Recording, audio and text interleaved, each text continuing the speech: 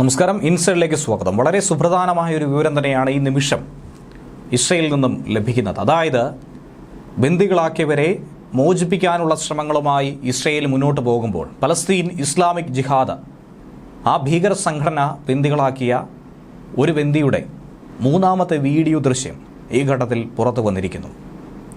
അതിഭീകരമായ മറുപടി തന്നെ ആയിരിക്കും ഇസ്രയേലിൻ്റെ ഭാഗത്തു നിന്നും ഇനി ഉണ്ടാകുന്നത്. യുദ്ധം അതിൻ്റെ സൂപ്പർ ക്ലൈമാക്സിലേക്ക് കടക്കുന്നു എന്നുകൂടി ഇതിനൊപ്പം വിശേഷിപ്പിക്കാൻ സാധിക്കും. ഈ ബന്ദി റഷ്യൻ പൗരനായതുകൊണ്ട് തന്നെ അതിഭീകരമായ ഭവിഷ്യത്ത് ഇനി അനുഭവിക്കേണ്ടി വരുമെന്നും ഇറാനെ പിന്തുണയ്ക്കാൻ ഇനി റഷ്യ ഒപ്പമുണ്ടാകുമോ എന്നുള്ള ആകുലതകളും വർദ്ധിക്കുകയാണ്. പലസ്തീൻ ഇസ്ലാമിക് ജിഹാദ് ബന്ദിയാക്കിയ സാഷ ട്രൂഫനോവിൻ്റെ വീഡിയോയാണ് പുറത്തു വന്നിരിക്കുന്നത്.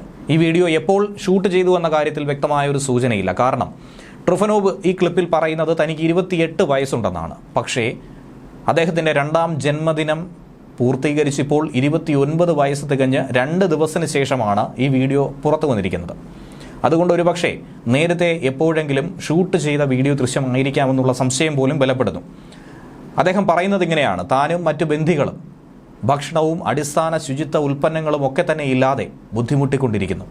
ഭക്ഷണം തീർന്നുകൊണ്ടിരിക്കുന്നു. ബന്ദികളാക്കിയവരെ നാട്ടിലെത്തിക്കാനുള്ള കരാറിന് വേണ്ടിയുള്ള ശ്രമം തുടരണമെന്നാണ് അദ്ദേഹം ഇസ്രയേലിനോട് ആഹ്വാനം ചെയ്തിരിക്കുന്നത്, അഭ്യർത്ഥിച്ചിരിക്കുന്നത്. ബന്ദികളെ ഉപയോഗിച്ചുകൊണ്ട് ഈ യുദ്ധം അവസാനിപ്പിക്കാനും ബന്ദി മോചനത്തിനും ഒരു നീക്കം ഇസ്രയേൽ നടത്തണമെന്നും ഇനി യുദ്ധം നീട്ടിക്കൊണ്ടു പോകരുത് എന്നുള്ള അടിയറവ് പറച്ചിലുമാണ് പലസ്തീൻ ഇസ്ലാമിക് ജിഹാദ് ഇപ്പോൾ ഇസ്രയേലിനോട് നടത്തിയിരിക്കുന്നത്. നേരിട്ട് വെന്ന് പറഞ്ഞ് അടിയറവ് സമ്മതിച്ചു കഴിഞ്ഞാൽ തങ്ങളുടെ നേതാക്കളെ ഉന്മൂലനം ചെയ്യാനുള്ള അവസരം ഇസ്രയേൽ പാഴാക്കില്ല എന്നും അത് പൂർത്തീകരിക്കുമെന്നുള്ള ഒരു ഭയം അവരെ വേട്ടയാടുന്നുണ്ട്. കാരണം മുന്നറിയിപ്പുമായി ഭീഷണിയുമായി ഹമാസ് മുന്നിട്ട് വന്നപ്പോൾ യഹ്യാ സിൻവറും അപ്പുറത്ത് സഹായവുമായി ഹിസ്ബുള്ള വന്നപ്പോൾ നസ്രുള്ള അടക്കം അടിവേര് വരെ പിഴുതെറിഞ്ഞ IDF-ന് തങ്ങളെ നിമിഷ നേരം കൊണ്ട് നിർവീര്യമാക്കാനും ചാരമാക്കാനും സാധിക്കുമെന്ന ഭയമായിരിക്കും ഒരുപക്ഷെ വേട്ടയാടുന്നത്. താൻ IDF-നെ ഭയപ്പെടുന്നുണ്ട്. കാരണമെന്തെന്നാൽ സൈന്യം തൻ്റെ സ്ഥലം കണ്ടെത്തിയാൽ, അതിനടുത്തെത്തിയാൽ താൻ തടവിലാക്കപ്പെട്ടിരിക്കുന്ന കെട്ടിടം സ്ഫോടനം നടത്തിയവർ ഇല്ലായ്മ ചെയ്യും. IDF എത്തുന്നതിന് മുൻപ് തന്നെ തങ്ങളെ കൊലപ്പെടുത്തുന്നതായി അദ്ദേഹം ഭയപ്പെടുന്നു. പലസ്തീൻ ഇസ്ലാമിക് ജിഹാദ് നേരത്തെ മെയ് മാസത്തിൽ ട്രൂഫനോവിൻ്റെ 2 വീഡിയോകൾ ഇതുപോലെ തന്നെ സമാനമായി പുറത്തിറക്കിയിരുന്നു. ട്രൂഫനോവിൻ്റെ ഈ 3ാമത്തെ വീഡിയോയാണ് ഇപ്പോൾ പുറത്തുവിട്ടിരിക്കുന്നത്. ഇസ്രയേൽ പറയുന്നത് പരിതാപകരമായ മനഃശാസ്ത്രപരമായ ഈ യുദ്ധത്തിൽ ബന്ദികളുടെ സമാന വീഡിയോകൾ നേരത്തെ തീവ്രവാദ ഗ്രൂപ്പുകൾ പുറത്തിറക്കിയിട്ടുണ്ട്. അത് ഒരുപക്ഷെ നേരത്തെ തന്നെ ഷൂട്ട് ചെയ്തു വെച്ചതായിരിക്കാം. അതിലും ഒരു വ്യക്തതയില്ല. ഇദ്ദേഹം ഇപ്പോൾ ജീവിച്ചിരിപ്പുണ്ടോ എന്ന കാര്യത്തിൽ പോലും അവ്യക്തത തുടരുകയാണ്.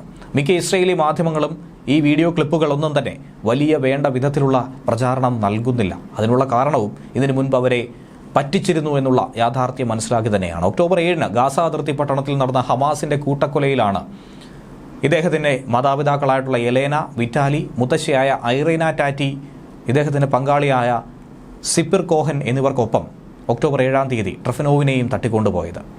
ഇദ്ദേഹത്തിൻ്റെ പിതാവ് കൊല്ലപ്പെട്ടിരുന്നു. അമ്മ, മുത്തശ്ശി, പങ്കാളി എന്നിവരെ കഴിഞ്ഞ വർഷം ഒരു ബന്ദി ഇടപാടിലൂടെ വിട്ടയച്ചിരുന്നു. റഷ്യൻ പ്രസിഡന്റ് വ്ളാഡിമിർ പുടിൻ്റെ അഭ്യർത്ഥന അനുസരിച്ചായിരുന്നു നവംബർ 29-ന് ട്രൂഫനോവിനെയും ടാറ്റിയെയും ഹമാസ് മോചിപ്പിക്കാൻ തയ്യാറായത്. ഇസ്രയേലും ഹമാസും തമ്മിലുള്ള താൽക്കാലിക വെടിനിർത്തലിന്റെ ഭാഗമായി നവംബർ 30-നാണ് കോഹനെ അന്ന് മോചിപ്പിച്ചത്. ആമസോൺ വാങ്ങിയ ഇസ്രയേലി മൈക്രോ ഇലക്ട്രോണിക്സ് കമ്പനിയായിട്ടുള്ള അന്നപൂർണ ലാബ്സിൽ ജോലി ചെയ്യുന്ന എഞ്ചിനീയർ കൂടിയാണ് സാഷ ട്രൂഫനോവ്. അദ്ദേഹവും കോഹനും ഈ അടുത്തായി ഒരു അപ്പാർട്ട്മെൻറ്റിലേക്ക് താമസം മാറിയിരുന്നു.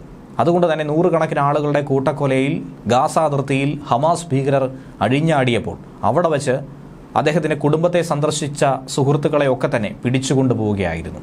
ട്രൂഫനോവും റഷ്യൻ പൗരത്വമുള്ള മറ്റൊരു ബന്ദിയായ മാക്സിം ഹെറിക്കിനും വേണ്ടി ബന്ദി ഇടപാടിൽ ആദ്യം മോചനം വേണമെന്ന് ആവശ്യപ്പെട്ടുകൊണ്ട് രംഗത്ത് വരികയും ചെയ്തിരുന്നു. ഭാവിയിൽ ബന്ദിയാക്കാൻ സാധ്യതയുള്ള റഷ്യൻ പൗരന്മാരെ മോചിപ്പിക്കണമെന്ന്, അതിന് മുൻഗണന നൽകുമെന്ന് ഹമാസിൻ്റെ പൊളിറ്റിക്കൽ ബ്യൂറോയുടെ ഡെപ്യൂട്ടി ഹെഡ് മൂസ അബു മർസൂഖും പറയുകയുണ്ടായിരുന്നു. കാരണം റഷ്യയെ ഈ യുദ്ധത്തിൽ പിണക്കിക്കഴിഞ്ഞാൽ അതിൻ്റെ ഭവിഷ്യത്ത് വളരെ വലുതായിരിക്കും. അതുകൊണ്ട് തന്നെയാണ് അങ്ങനെ ഒരു തീരുമാനത്തിലേക്ക് കടന്നത്.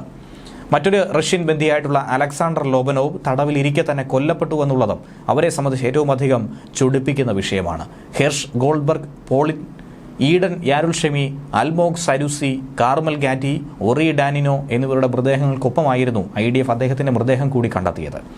ഈ വീഡിയോ പുറത്തു വന്നതിന് ശേഷം ഹമാസിൻ്റെ താഴെ തട്ടിൽ നിന്നും പുറപ്പെട്ട, അവരുടെ തടങ്കലിൽ നിന്നും രക്ഷപ്പെട്ട അമ്മ ലെന പറഞ്ഞൊരു കാര്യമുണ്ടായിരുന്നു. തൻ്റെ മകൻ ജീവനോടെ ഉണ്ട് എന്നതിൽ തനിക്കേറെ ആശ്വാസമുണ്ട്. പക്ഷേ അവൻ പറയുന്ന ഒരു കാര്യം കേൾക്കുമ്പോൾ തനിക്ക് വളരെയധികം ആശങ്കയുണ്ട്. അവൻ മാത്രമല്ല, അവനെപ്പോലെ നിരവധി മക്കളുണ്ട്, അമ്മമാരുണ്ട്, പ്രായമായവരുണ്ട്, വൃദ്ധരുണ്ട്. അവരെയൊക്കെ തന്നെ സുരക്ഷിതമാക്കാൻ എല്ലാ ശ്രമങ്ങളും നടത്തണമെന്നാണ് അഭ്യർത്ഥിക്കുന്നത്. അവൻ്റെ കൂടെയല്ല, മറ്റെല്ലാ ബന്ധികളുടെയും മോചനം അത് വളരെ വേഗത്തിൽ നടപ്പിലാക്കണമെന്ന് ഭരണകൂടത്തോട് അഭ്യർത്ഥിക്കുക കൂടിയാണ്. ന്യൂസ് ഡെസ്ക് മലയാളി വാർത്ത ഇൻസൈഡ്.